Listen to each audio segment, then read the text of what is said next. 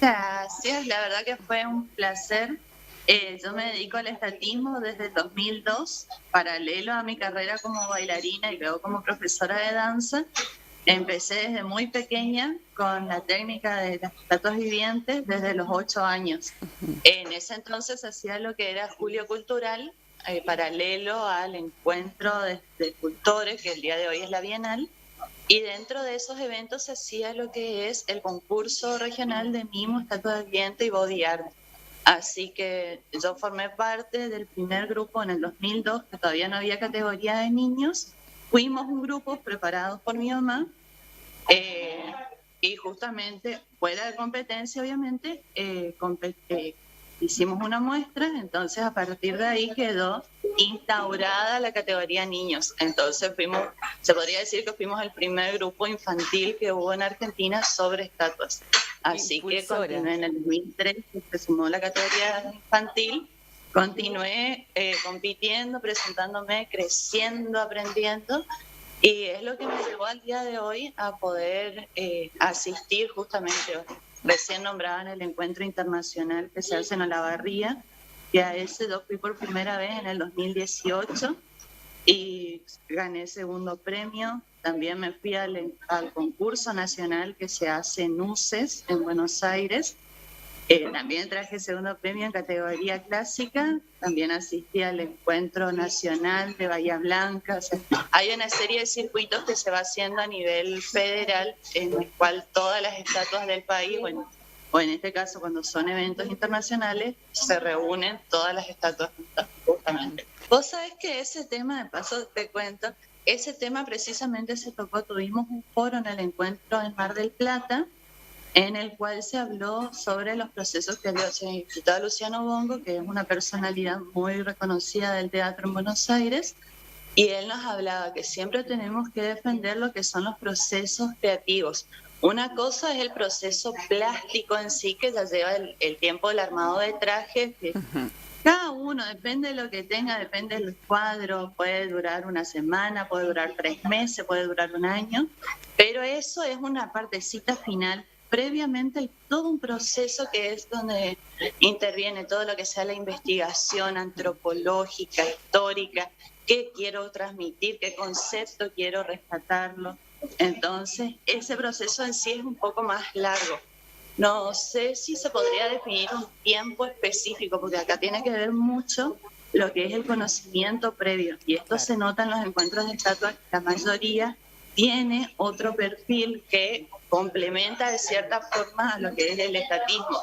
En mi caso yo soy profesora de danza, pero así también hay profesores de teatro y escritores. O sea, hay gente preparada desde un ámbito académico previo que ella le prepara en este sentido de indagar, de qué quiero transmitir o qué personaje quiero hacer. Claro. Se ve mucho por ahí, si uno inventa un personaje o rescata un personaje de cero, tiene una cierta libertad que también se puede ver a la hora de resignificar, por ejemplo, un personaje histórico o una figura, una alegoría. Por ejemplo, cuando hice el cuadro de Patria, hay muchas, esto todo va surgiendo en la investigación. Entonces, hay muchas alegorías de lo que es la patria según las épocas. Entonces, decidí decantarme por la primera época, que eran todas alegorías con inspiración en las estatuas griegas. Entonces, tiene el uso del corcel, las figuras más alargadas. Después ya va a haber otras con rasgos más originarios, como la de la Constitución, que está en Barranquera. O sea, toda esa clase de cosas hay que tenerlas en cuenta a la hora de diseñar, no solamente en estatismo, sino en cualquier arte del movimiento, a la hora de diseñar el vestuario y de definir lo que son los patrones de movimiento, cómo van a ser los modismos, los gestos, incluso la forma en la que se va a interactuar con el público. Todo tiene que ser en función al personaje y al concepto que quiere transmitir. Les agradezco mucho y sobre todo es lo que siempre les digo a mis alumnos de profesorado de danza. Siempre tienen que encarar las cosas con estudio, con respeto. Es algo que se ve mucho, por ejemplo, en los cuadros religiosos.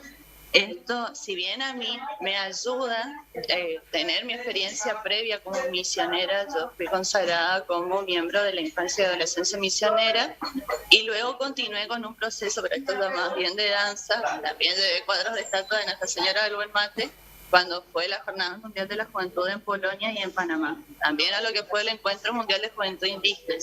Todas esas experiencias te van nutriendo, pero así también tengo que tener ese mismo respeto a la hora de encarar tanto cuadros históricos como cuadros religiosos, sobre todo.